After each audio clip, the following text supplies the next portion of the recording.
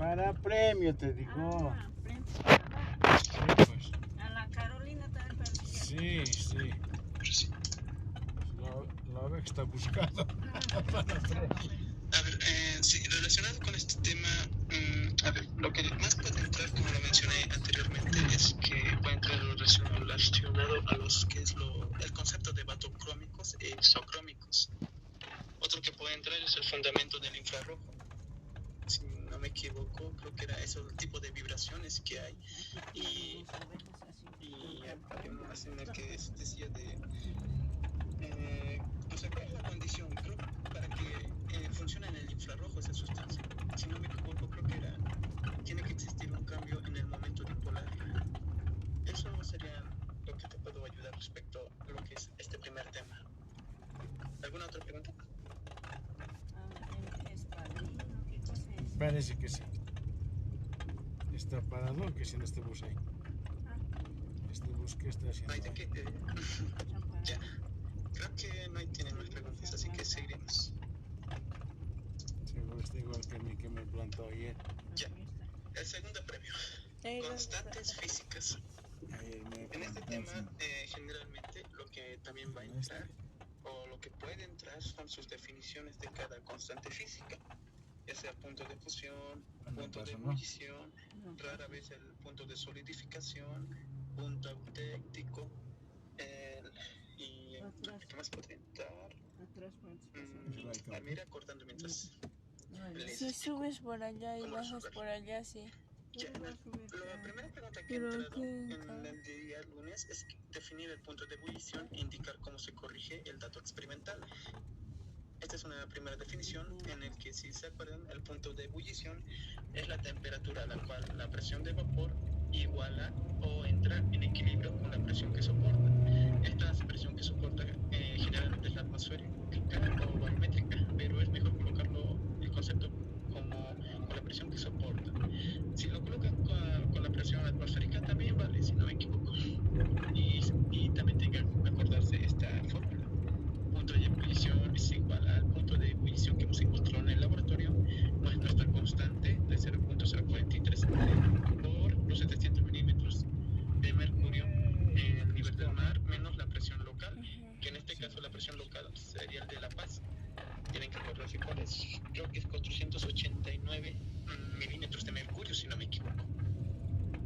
La segunda pregunta había sido: escribe el ácido benzoico y el benzaldehído e indique por qué uno de los dos tiene mayor constante física.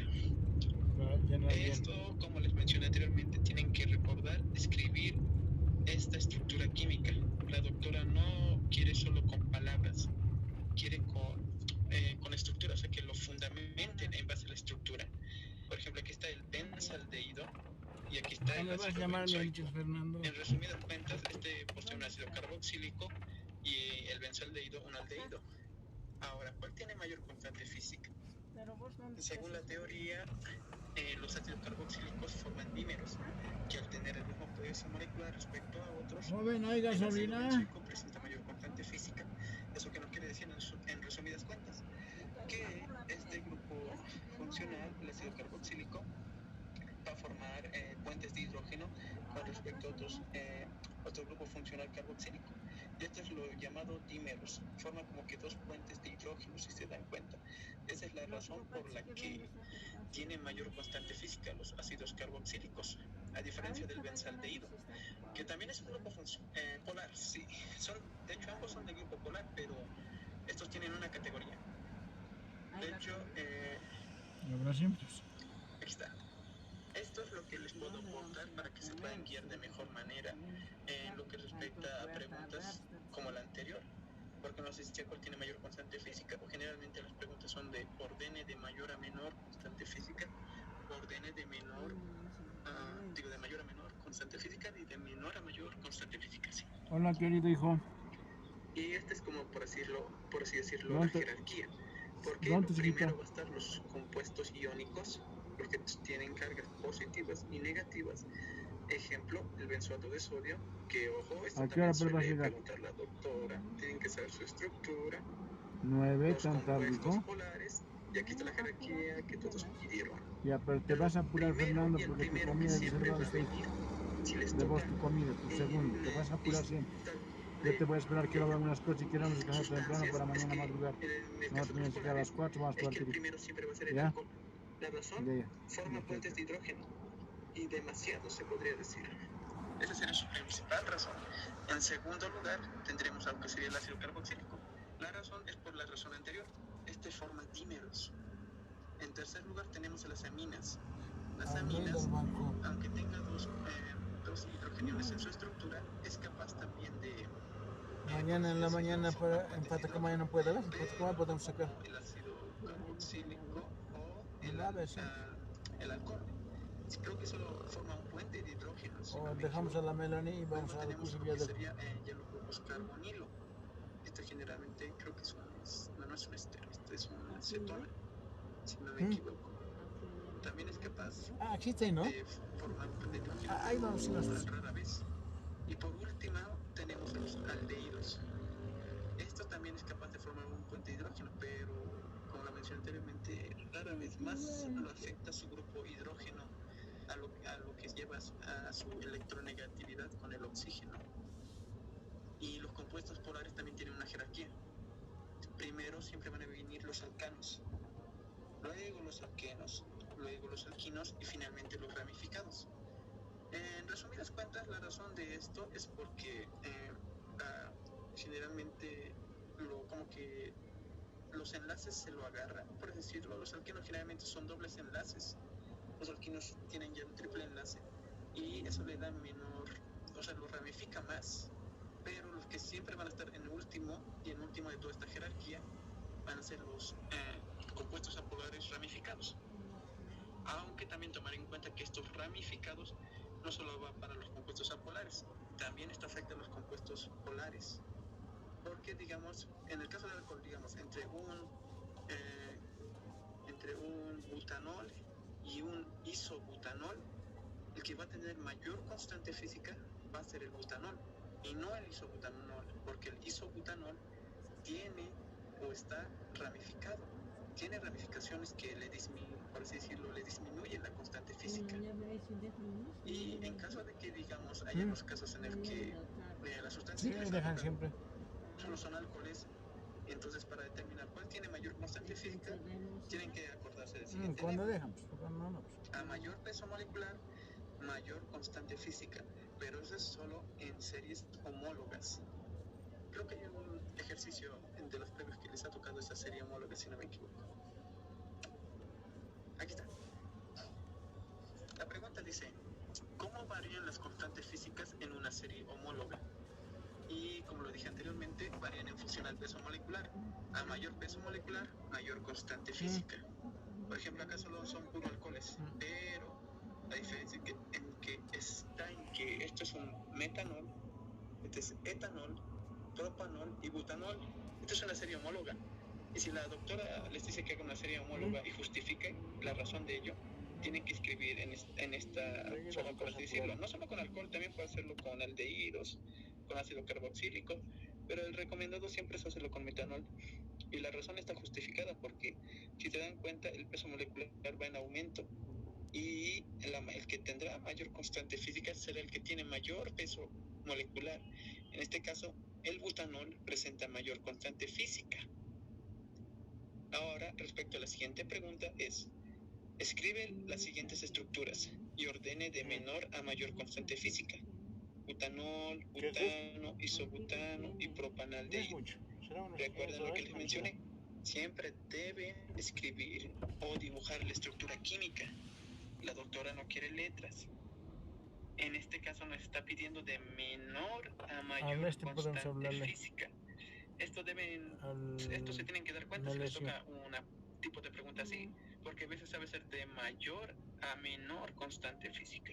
En este caso es de menor a mayor constante física. Y nuestras sustancias elegidas son el butanol, el butano, el isobutano y el propanaldehído.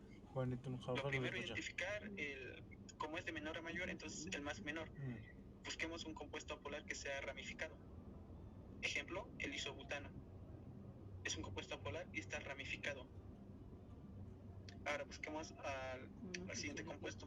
apolares. En este caso sí hay, que es el butano. Octubre Está ramificado. Es el que sería el siguiente, al menor, el que tiene menor constante física. Ahora vámonos a los compuestos polares. El más menor eran los aldehídos. En este caso tenemos el propanaldehído. Este le seguiría. Y finalmente, el que tiene mayor constante física de toda esta lista es un alcohol. Es el butanol. En este caso no hubo un compuesto iónico. Así que este sería el orden y la jerarquía que tendrían que presentar como respuesta, por así decirlo. Siempre se van a regir en que el que tiene menor va a ser un compuesto apolar, seguido del polar y finalmente del compuesto iónico. La siguiente pregunta es también algo particular respecto a lo mencionado, porque en esta pregunta nos dice, con un ejemplo, explique a qué se debe que los aminoácidos tengan constantes físicas elevadas. Y la respuesta es que generalmente un aminoácido tiene un fenómeno llamado switterión. Este fenómeno generalmente está relacionado más en la aparición de cargas tanto positivas como cargas negativas. Y generalmente lo que tienen que responder, bastaba solo con colocar el switterión, porque nos está dando lo que son las cargas positivas por parte del grupo amino y las cargas negativas por parte del grupo carboxilo, de parte de una amina.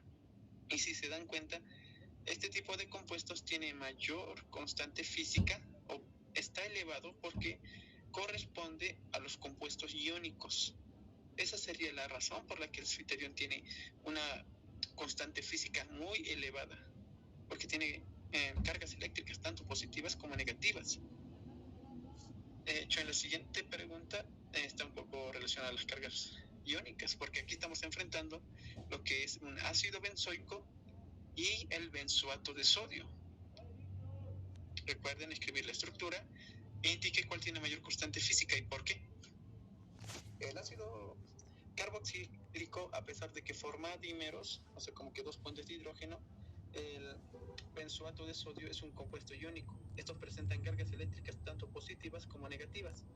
Esto le da mayor atracción y es difícil de romper este tipo de enlaces. Y como les mencioné, la jerarquía, esa es la razón por la que el ácido benzoico tiene menor constante física que el benzoato de sodio, porque este directamente ya es un compuesto iónico. Y acá vendrían lo que serían las preguntas del día jueves, pero no pude tomarlo lastimosamente, pero les he propuesto unas preguntas que posiblemente entraron o pueden entrar, por así decirlo, o lo que yo destaqué de lo que yo he tenido respecto a mi año. Y la pregunta que siempre sale salir es ¿a qué se llama polimorfismo? Generalmente la doctora creo que en sus diapositivas no tiene este concepto, si no me equivoco. Creo que les dicta, si no me equivoco también ya. Y aquí les doy por si acaso el concepto más completo que yo tengo, porque generalmente el polimorfismo es la formación de polimorfos por efecto del calor o cambio de temperatura. De hecho, un polimorfo es cuando una sustancia presenta varias formas de cristalización. Esa sería la palabra clave. Sustancia que presenta varias formas de cristalización o estructuras cristalinas. Esto le confiere al polimorfo, por así decirlo, una misma característica química, pero aquí está el detalle: cambia las constantes físicas. Con que coloquen esas partes como que presenta varias estructuras cristalinas y que cambia las constantes físicas, con eso bastaría respecto a la definición del polimorfismo. Así que eso sería el consejo que les daría respecto a este concepto. Otra pregunta que se me ocurrió es, con un ejemplo, explique cómo varían las constantes físicas en relación a las fuerzas de Van der Waals.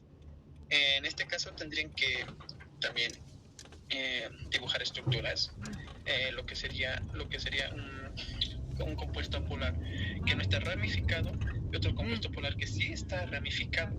Recuerden que las fuerzas de Van der Waals son fuerzas de atracción débiles entre moléculas eléctricamente neutras y son compuestos apolares, y que siempre va a tener mayor constante física va a ser el compuesto polar lineal y no el ramificado, como es en el caso del isobutano. Y eso sería en cuanto a esta pregunta. Y una pregunta muy curiosa que suele salir, y seguro la doctora les ha dicho: escribir y ordenar de mayor a constante física el ácido parasalicílico, el ácido metasalicílico y el ácido ortosalicílico. A mayor, si se dan cuenta, es como que una serie homóloga, por así decirlo. Simplemente tendríamos que ir por la frase de a mayor peso molecular, mayor constante física. Sin embargo, hay una peculiaridad, por así decirlo, porque generalmente la posición para orto y meta del hidroxilo presente en la sustancia afecta a la constante física. La razón se observa en la siguiente, porque si fuera el hidroxilo en posición orto, esta va a afectar lo que sería la formación de dímeros del ácido carboxílico. De hecho, solo van a formar un puente de hidrógeno y ya no van a formar los dímeros. Esto es como que un tipo de inhibición o, por decirlo, una negación de su efecto dimérico sobre las constantes físicas. Entonces, básicamente las constantes físicas del ácido ortosalicílico, que por si acaso es el ácido salicílico no constante físico, porque tiene un impedimento acá. En cambio, el ácido metasalicílico, el impedimento no es tan... Ya no tiene impedimento, pero aún existe una estricta distancia. Sería como que la media entre el alejamiento y el impedimento del puente dimérico, por así decirlo. Y finalmente el ácido parasalicílico, que ya no tiene como que una relación con el ácido carboxílico y ambos pueden formar sus respectivos puentes de hidrógeno. En el caso del hidróxilo forma sus respectivos puentes y en el caso del ácido carboxílico forma sus respectivos dímeros. Por tanto, el que tendría mayor constante física sería el ácido parasalicílico, no el meta ni el orto salicílico. Muy bien, antes de ir a la resolución del tercer previo, ¿tienen alguna pregunta o curiosidad sobre lo que he avanzado en cuanto al tema de constantes físicas?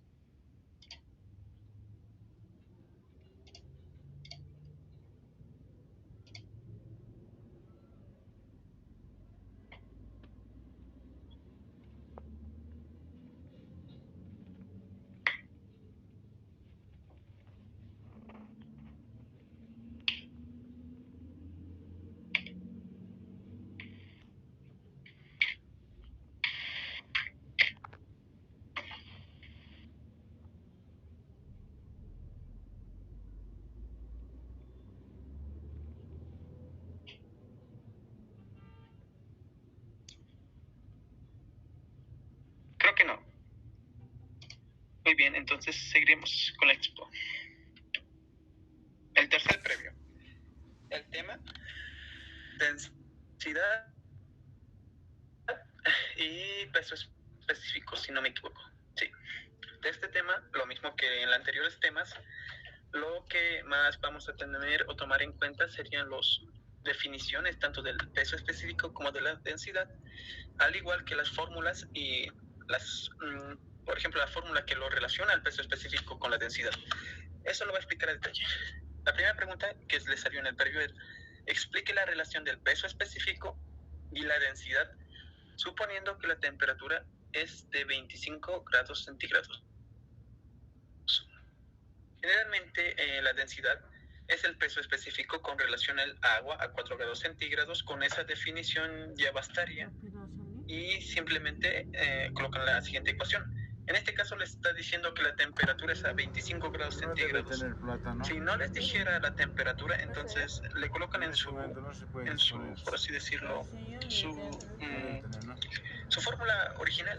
Creo que aquí está su fórmula original. Depende de cuántos marcas, tal vez menos. 3000 en marcas. Esta es su fórmula original.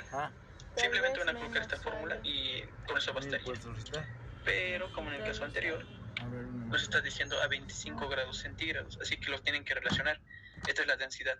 Este es el peso específico que nosotros estamos tomando en el laboratorio. Y esta es la densidad con relación al agua a 4 grados centígrados, dato que generalmente se toma de las tablas que les proporcionó la doctora. Si les dieron ejercicio respecto a esto, no se preocupen, no es necesario que se aprendan toda esta lista. Les va a dar el dato. Generalmente la temperatura que trabajan es en cuanto a 20 y a 25 grados centígrados. Y eso tómalo en cuenta también. Aquí está la definición. Por ejemplo, el peso específico es el peso de una sustancia a la temperatura relativa al peso de un volumen igual de agua a temperatura. La densidad es la cantidad de materia contenida por unidad de volumen de una sustancia a presión y temperatura constante. O simplemente,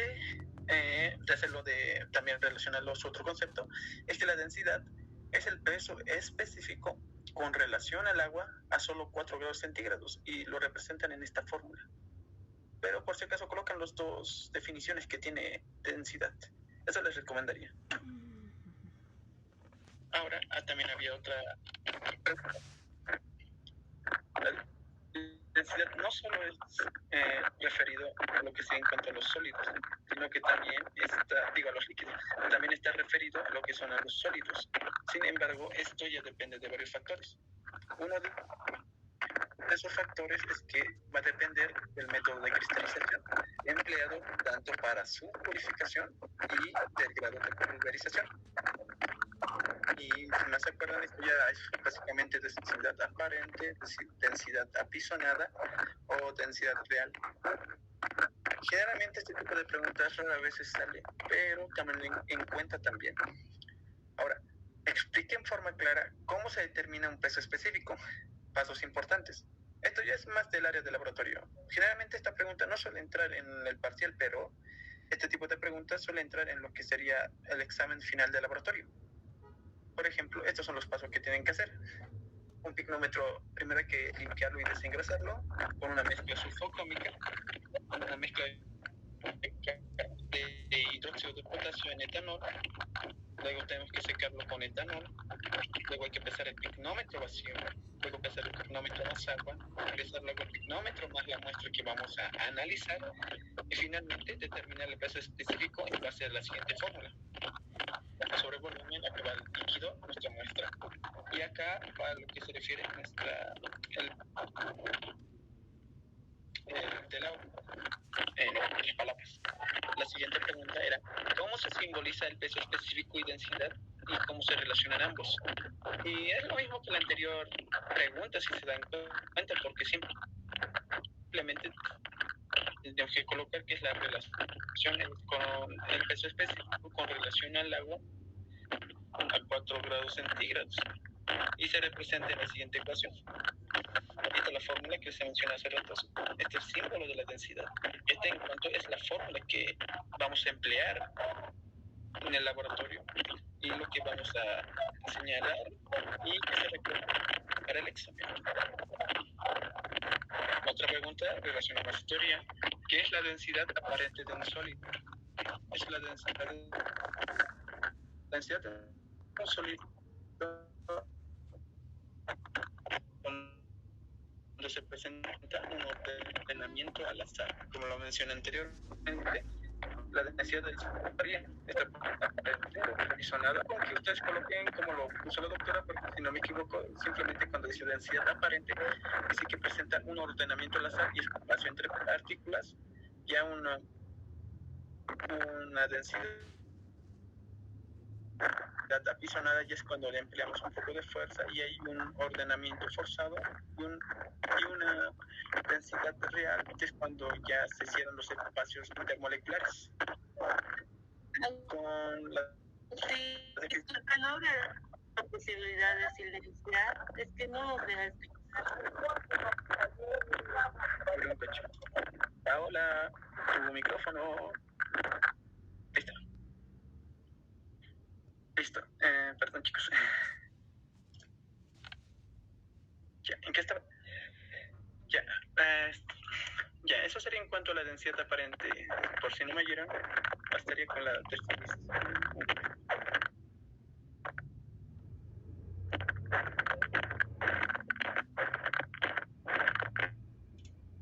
Ahora creo que sí.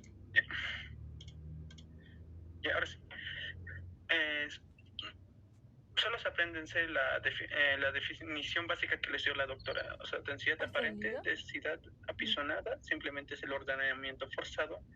Densidad real ya es cuando ya hay los espacios intermoleculares simplemente ya no existen. Eso ya es con otro tipo de densímetro, si no me equivoco. Y escribir la fórmula respectiva. Generalmente solo varía esta, lo cambian por una A, B o una R, densidad real, densidad aparente y densidad apisonada. Y eso sería en cuanto a los previos respecto a este tema. Pero 4000 se agota más rápido. Nuevo, Hasta no pude 4000 tomarle foto a los del día jueves. Pero estas son unas 2 preguntas que yo también me propuse que les puede ayudar. Por ejemplo, hay una pregunta que dice: ¿cuál es la diferencia entre el peso específico y la densidad? El peso específico, como lo mencioné anteriormente, es de una sustancia, es a la temperatura relativa, al peso de un volumen igual de agua, mientras que la densidad es el peso específico relacionado Sí, pero la opción, pero al agua, no se puede. pero a 4 grados centígrados. Con eso bastaría. Con eso ya es suficiente para darle con respecto a esa pregunta. Y esta es una de las preguntas que se me ha ocurrido o he visto por ahí, que es ya básicamente determinar el peso específico de una sustancia por pignometría a la temperatura de 25 grados centígrados. Ahí generalmente les va a dar el dato. El volumen del pigmómetro, el pigmómetro vacío, el pigmómetro más agua y el pigmómetro a la muestra. Esto en el laboratorio ustedes generalmente lo pesaban. Y esto, como por así decirlo, de forma teórica, para hacerlo ejercicio, simplemente les va a dar los datos. Tienen que emplear la fórmula que si más recuerdan. Esta es la fórmula de peso específico. Acá va el líquido y acá va el agua. Acá, pero generalmente el laboratorio no les va a dar directamente la masa. Es que para obtener la masa que teníamos en la prueba de nuestra muestra, en el caso del líquido de nuestra muestra, simplemente tenemos que restar, porque es el pigmómetro más la muestra, que está 21,0987, menos el pigmómetro vacío. Con solo hacer esto ya tenemos la masa. En cuanto al volumen del pigmómetro, recién pueden venir al banco y decir, generalmente este volumen es tanto para el líquido como que hemos determinado la densidad del agua, lo hemos hecho con un pigmómetro de ml. Ahí ya variaría un poco ya, pero generalmente lo hacemos siempre con el mismo pigmómetro, hacemos tanto del agua como de la muestra, el volumen del pigmómetro acá. ¿Pero qué es el?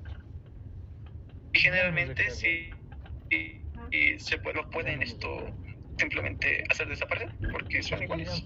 Y solo bastaría con lo de acá arriba nomás, cambiarle los datos, por así decirlo. En el caso del pigmómetro más agua, 20,5078, menos lo que es el pigmómetro vacío, así obtenemos la masa del agua que tenemos presente en el pigmómetro. Y así obtenemos nuestro peso específico, que en este caso sería de 1,0465. Pero este peso específico ahora lo vamos a convertir en lo que sería densidad.